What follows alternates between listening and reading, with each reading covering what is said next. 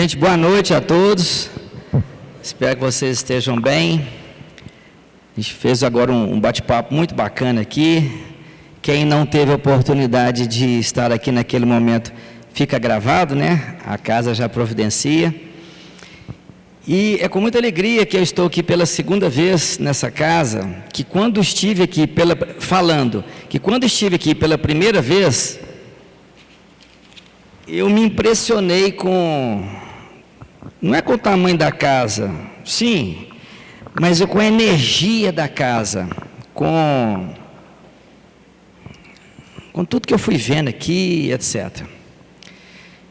E o Sérgio Bibiano foi para mim, que está chegando agora inclusive, foi uma grande inspiração, quando tomei conhecimento que ele tinha construído um ponto de luz extremamente importante, e eu sou meio invejoso, falei assim, vou fazer o mesmo em Formiga. E eu falei assim, será, gente? E as coisas de Deus, elas andam de uma forma tamanha, e ele falou isso para mim muito, que ele falava assim, isso vai acontecer, fica tranquilo. Realmente aconteceu, nós conseguimos construir uma casa espírita em Formiga, da mesma forma como o coração bondoso do Sérgio fez, com recursos próprios, e agradeço muito a Deus por isso. E quando eu vi tudo acontecer, não podia ser diferente, convidei o Sérgio para inaugurar nossa casa nova, e que esteve lá, etc. Meus amigos, nós vamos conversar hoje sobre uma das histórias que Jesus de Nazaré, que é o nome dessa casa, inclusive assim, muito forte, obviamente, né? Jesus de Nazaré, ele sempre que podia, ele não perdia a oportunidade para trazer uma lição, para renovação espiritual, para esclarecimento, para consolo.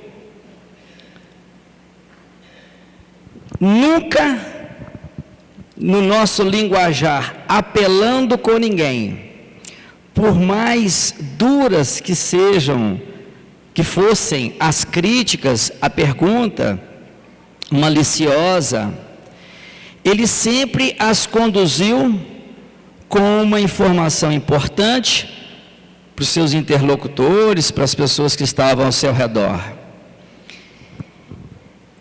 E hoje nós vamos falar de uma passagem que ele traz para nós, de muito ensinamento, e que tem a ver diretamente com a vida de cada um de nós aqui, encarnados e desencarnados, à luz da doutrina espírita, e analisando, dentro do contexto evangélico, a nossa vida aqui, dentro dessa passagem, ok?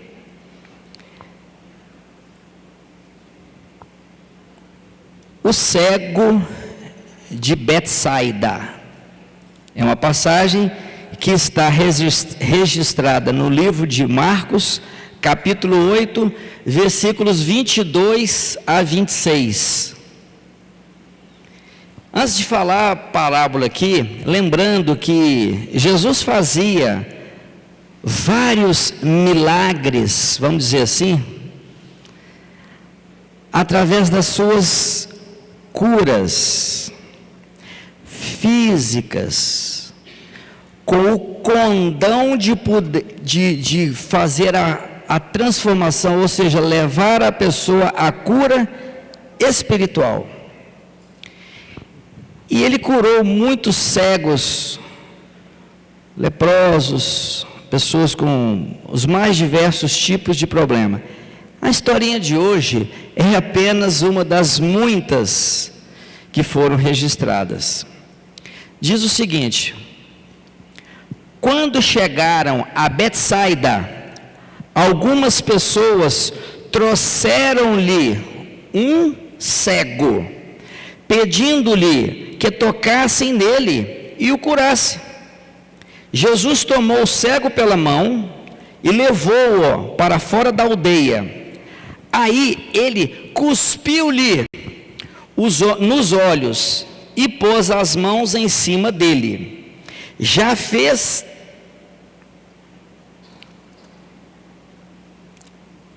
Não. Bom, o homem olhou em sua volta. Ô, gente, eu pulei um pedacinho aqui.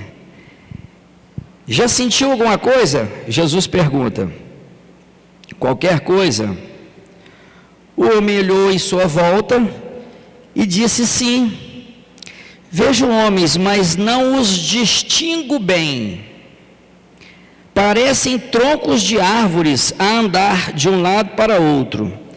Então pôs outra vez em cima dos olhos do homem, o abençoou, e quando olhou bem, esse homem tinha recuperado completamente a visão e via claramente o que se passava à sua volta.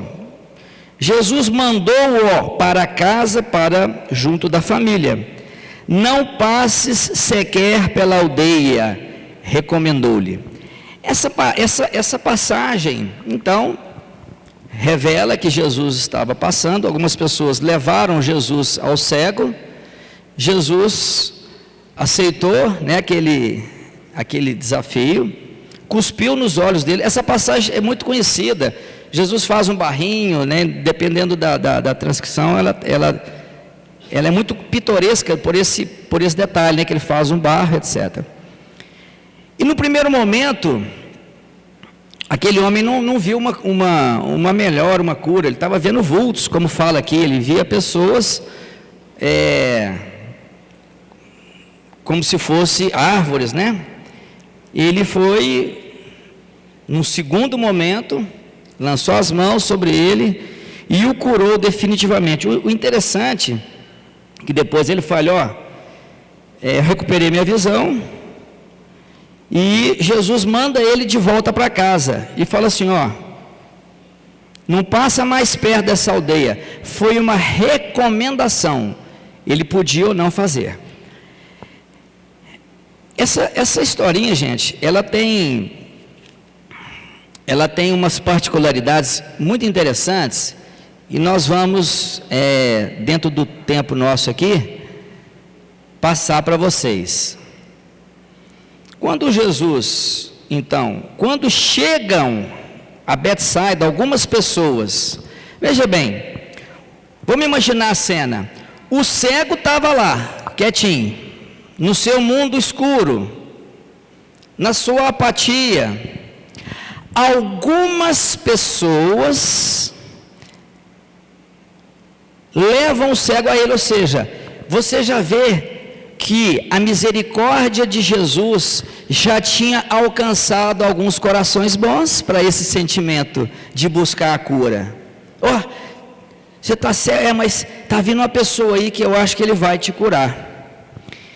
Então, o Espírito misericordioso de Jesus já estava a contaminar alguns corações que, levados exatamente por essa misericórdia, proporcionam esse primeiro encontro de Jesus com esse cego.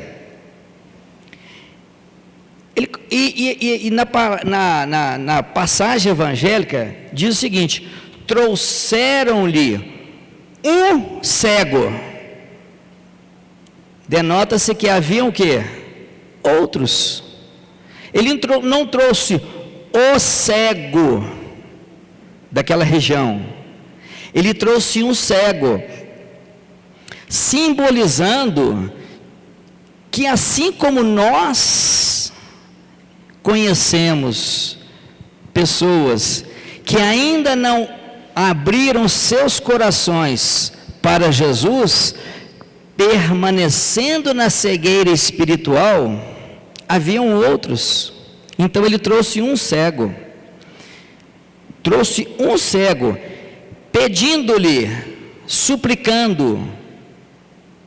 Eles não ordenaram, eles não falaram: não, se você é o cara, você tem que curar. Não, eles pedem a Jesus que tocasse nele. Fé em Deus. Pediram que tocasse, porque já reconheciam a autoridade de Jesus.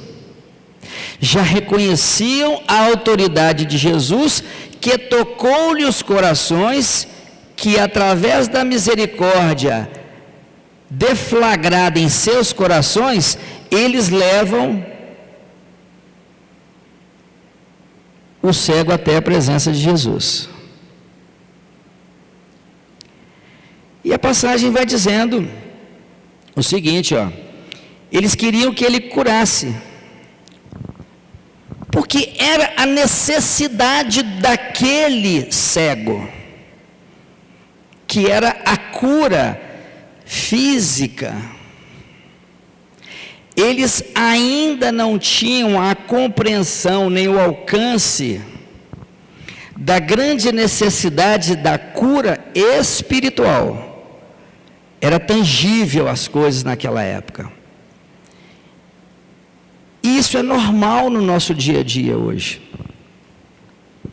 Esse sentimento misericordioso, uma das perguntas falou ali do cachorrinho, não sei se a pessoa que fez a pergunta está aqui, preocupada com o cachorrinho. Isso é importante para que nós avaliemos com o sensor da nossa consciência o nível espiritual que nós já alcançamos. Que você se preocupando com um cachorrinho, antes não existia isso. Antes não existia essa preocupação com animais, com idosos, com a natureza, com o bem-estar das pessoas. Isso são sinais muito fortes da nossa evolução espiritual. E aí, Jesus tomou-lhe o cego pela mão. Não existe que eu conheça nenhuma passagem evangélica que Jesus toca alguém pela mão para conduzir. Ele o escolheu, ele o conduz, ele toca-o pela mão,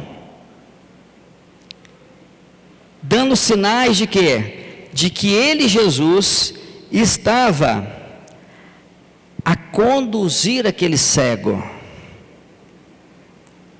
E ao momento que ele diz para todos nós, eu sou o caminho,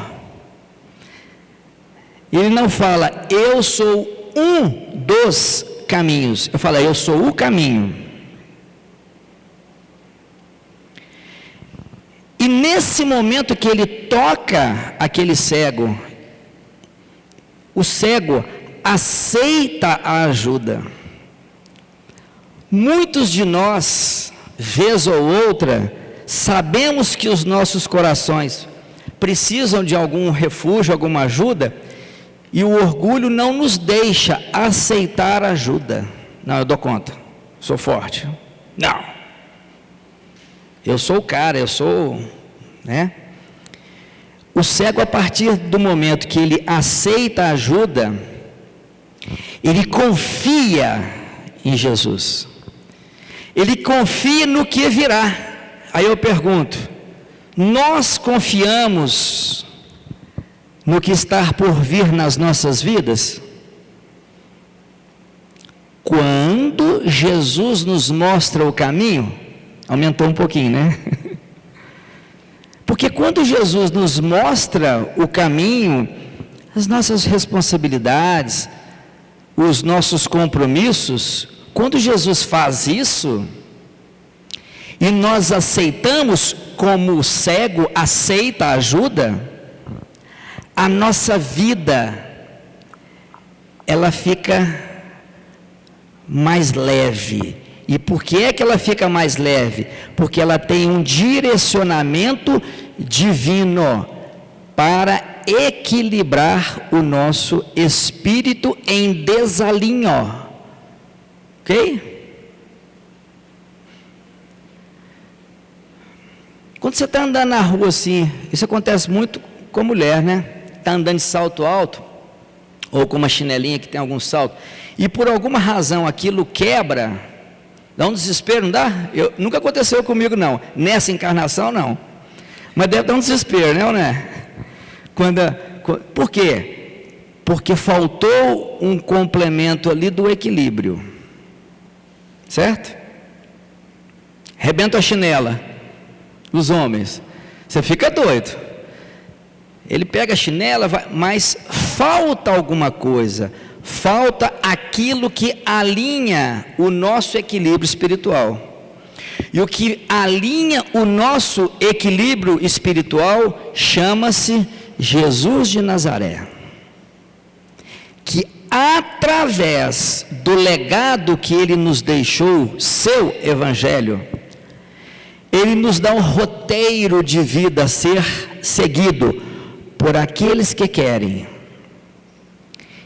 E ele é tão bondoso e condescendente conosco, que ele diz, eu estou indo embora, mas eu vou deixar para vocês aí um presentinho, que é o Consolador prometido.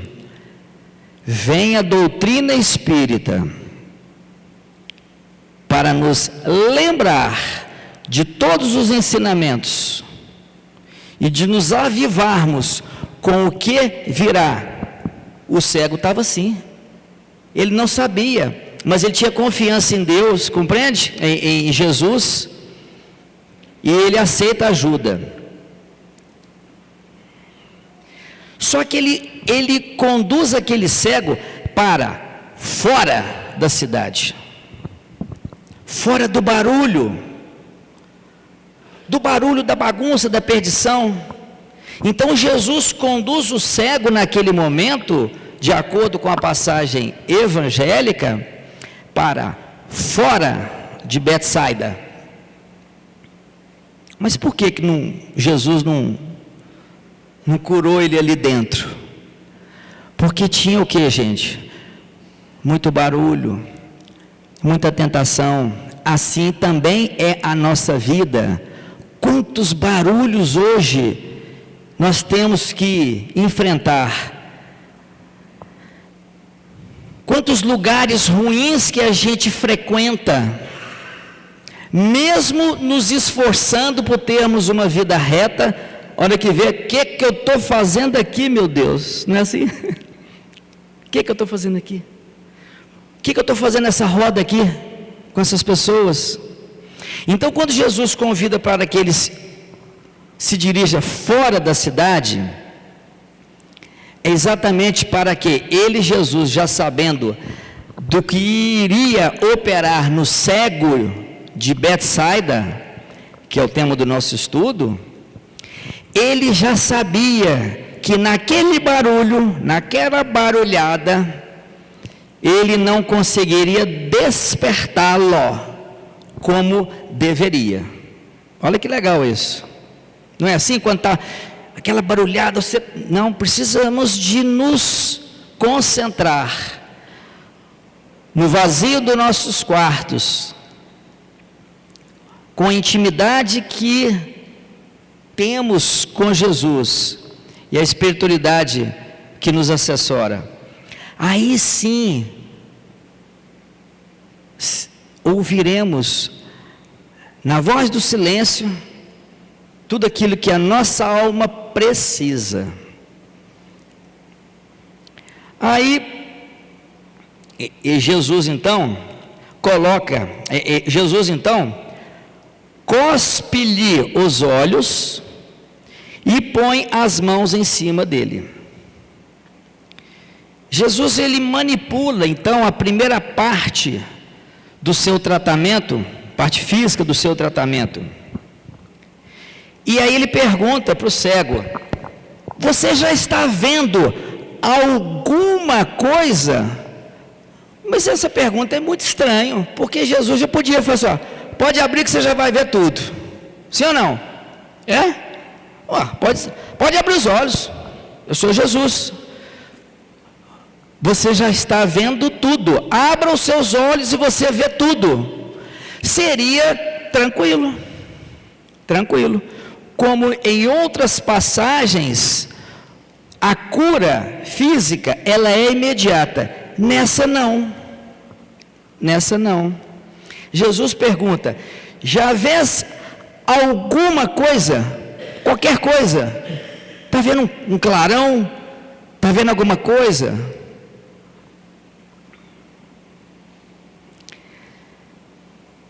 E aí, ele pergunta: estou vendo.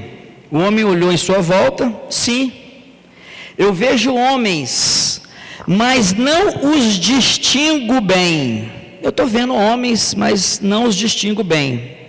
Parecem troncos de árvores a andar de um lado para o outro. Você já foi fazer exame de vista? Quem já foi fazer exame de vista? Aí levanta a mão para me ver. Muita gente, né? Quando pega aquele colírio abençoado, se você vai sozinho, você está enrolado para voltar em casa. É ou não é? A nossa pupila, ela dilata para que tenha o exame feito com acerto, e a gente não consegue ver as pessoas direito, não é assim? Ao tempo do físico de cada um, a gente vai recobrando a visão, muito embora a gente é acalmado pelo médico. O médico já sabe do resultado. Ele não fala assim para mim: ó, você vai sair daqui, vou te pingar um colírio e você vai enxergar. Não, ele já avisa, né, secretária, às vezes: ó, vou pingar um colírio. Primeira vez que você vem, ó, vou pingar um colírio aqui, você vai ficar meio assim. E Jesus não explica, ele pergunta: já vês alguma coisa? Ele fala assim: não, eu não estou vendo muito não. Ele já sabia. Porque esse processo de cura, ele tinha duas etapas. Ele tinha duas etapas aqui.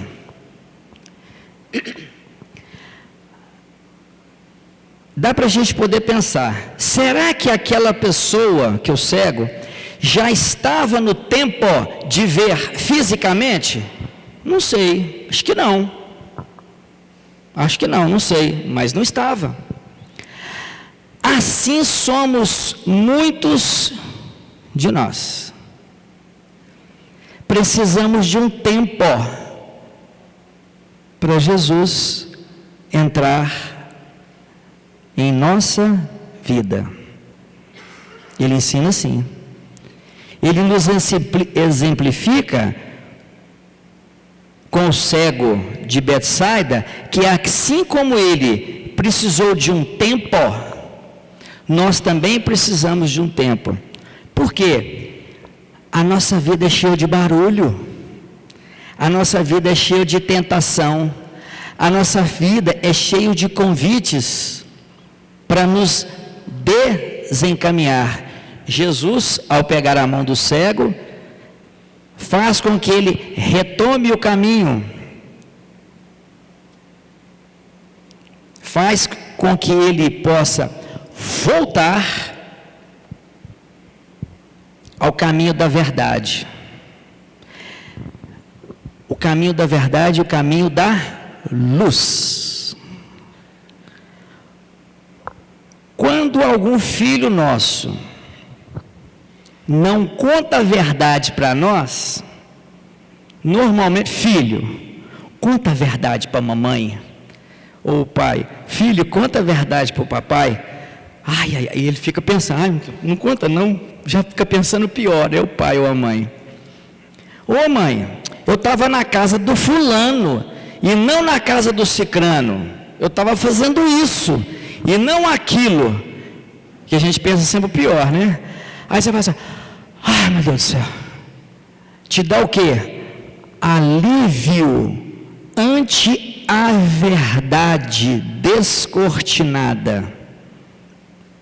É isso, gente. Quando a gente tem de um amigo que conta para nós o que realmente aconteceu, você fala: nossa, graças a Deus, te dá um alívio. E o que é que Jesus queria levar para aquele cego, além da visão física? a claridade, o alívio no novo caminhar que ele indica. Olha que legal isso.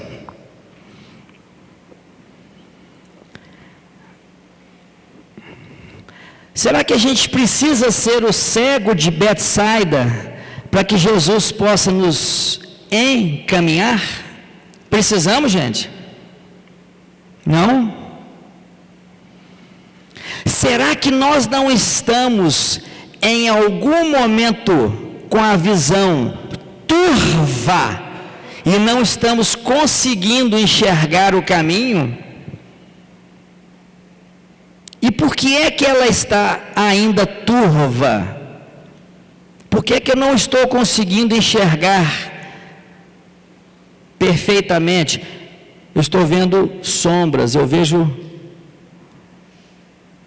homens que se parecem com árvores.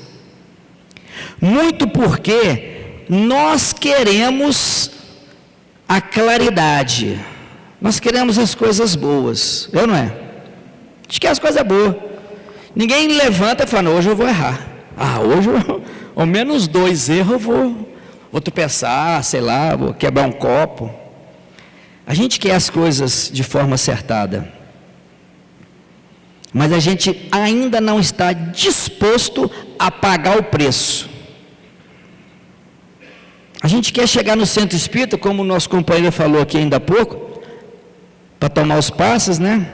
Que a gente sai daqui curado. Não, eu estou com uma situação, eu vou lá, eu vou ser curado. A cura que o nosso espírito realmente precisa é a renovação do nosso espírito, ou seja, a cura espiritual. E foi isso que ele fala ao cego, em outras palavras, né? Quando ele o convida a sair daquele lugar. E aí Jesus, no segundo momento, então, está aqui no versículo 25, então pôs outra vez em cima dos olhos do homem, e quando olhou bem, tinha recuperado completamente a visão. Quer dizer que Jesus, ele divide a cura em 2 etapas, a primeira e a segunda. Primeiro ele viu só uns homens parecendo que era árvore, e depois ele vai. O que traz essa passagem como mensagem para nós?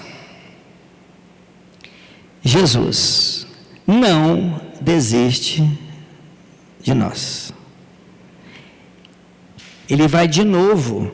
Ele podia estar, não, já tentei uma vez, está bom, você já está vendo árvores, pessoas parecendo árvores, está bom demais, você não estava vendo nada, você estava aí esquecido. Quantas vezes a gente ajuda alguma pessoa, meia boca, mais ou menos, e a gente se acha, não, eu tentei, não quis, estou nem aí, fiz a minha parte.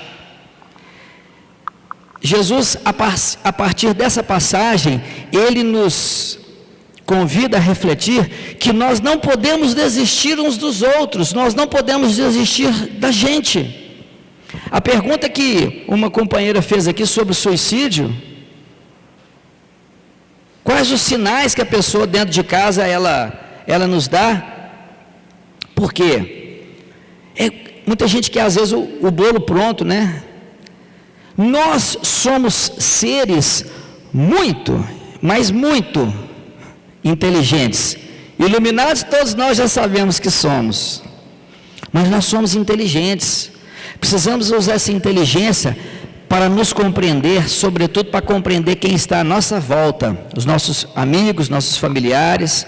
Com entristecimento, a gente comentamos aqui ainda há pouco sobre o final do mês de setembro, que é a campanha do Setembro Amarelo, no nosso podcast Despertar. Depois quem quiser vai lá, e tem um capítulo, um episódio da semana passada, o companheiro nosso Tiago, de Campo Belo, ele trouxe para nós assim uma ótica totalmente diferente da necessidade do familiar ficar atento. Quando existe um entristecimento súbito, uma cegueira súbita, um movimento fora do padrão familiar de um ente querido, de um amigo. E esse episódio, ele nos concita a entender quais são alguns finais importantes que a gente precisa observar. Fechou o Setembro Amarelo, na cidade de Formiga, que é onde eu moro, um grande amigo ceifa a sua vida.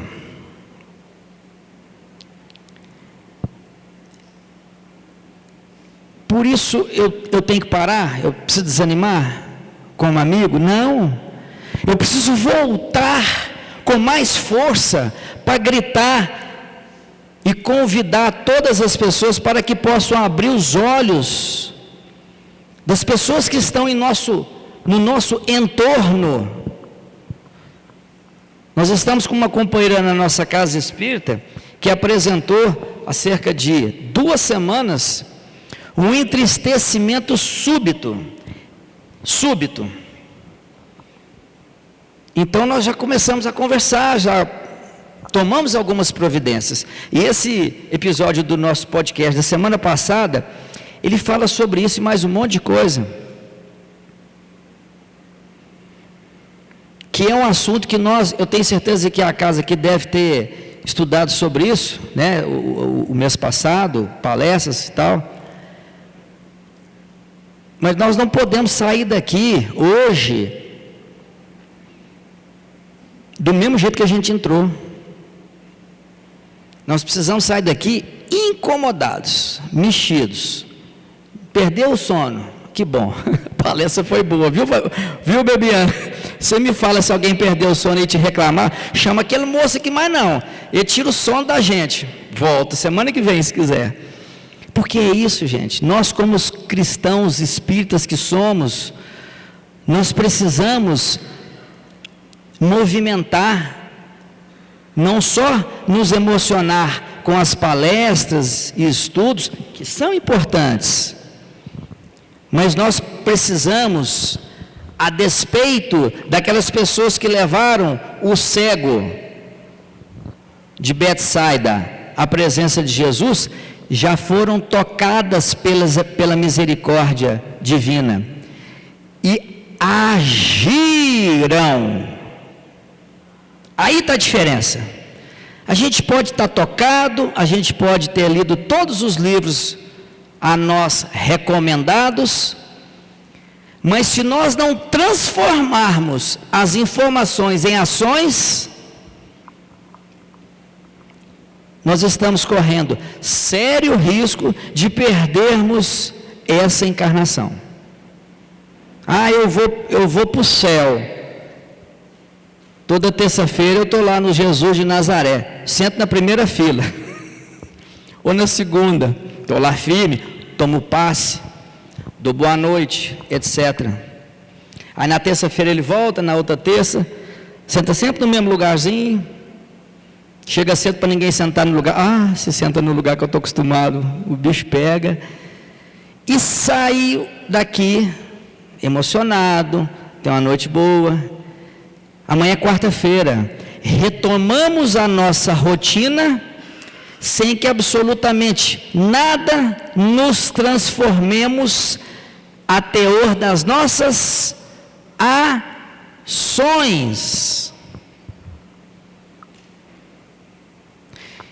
E eu tenho certeza absoluta que não é por falta de frente de trabalho aberta na Casa Espírita Jesus de Nazaré e em outras casas. Eu não gosto de campanha do quilo. Tem isso aqui, você pode ajudar. Eu não gosto disso, tem isso aqui. Lembra da pergunta, quem estava aqui? Por que existem pessoas difíceis em várias religiões? Será que não sou eu que sou difícil? Será que não sou eu que sou o pentelho? Não aceito sugestão, não aceito ajuda. O cego aceitou ajuda, confiou em Jesus. Não, eu dou conta. Não dá não. não faz.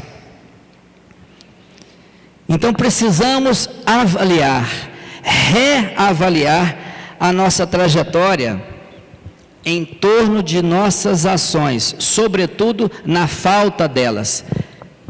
Eu ainda abordei uma companheira aqui, trabalhadora da casa, ainda há pouco, a Ana Flávia, perguntei para ela, e aí, o que rolou aí depois da turma do Fraternidade Sem Fronteiras que veio aqui, iniciar algum trabalho? Nossa, Luiz Cláudio, não fala em trabalho não, nós estamos com tanta coisa para realizar e eu falei, que ótimo. Nós temos esse projeto, quem sabe o ano que vem, não sei o quê, que beleza. Falta de trabalhadores falta de trabalho não. Estou falando alguma mentira, Sérgio Bibiano? Fez assim, viu, gente?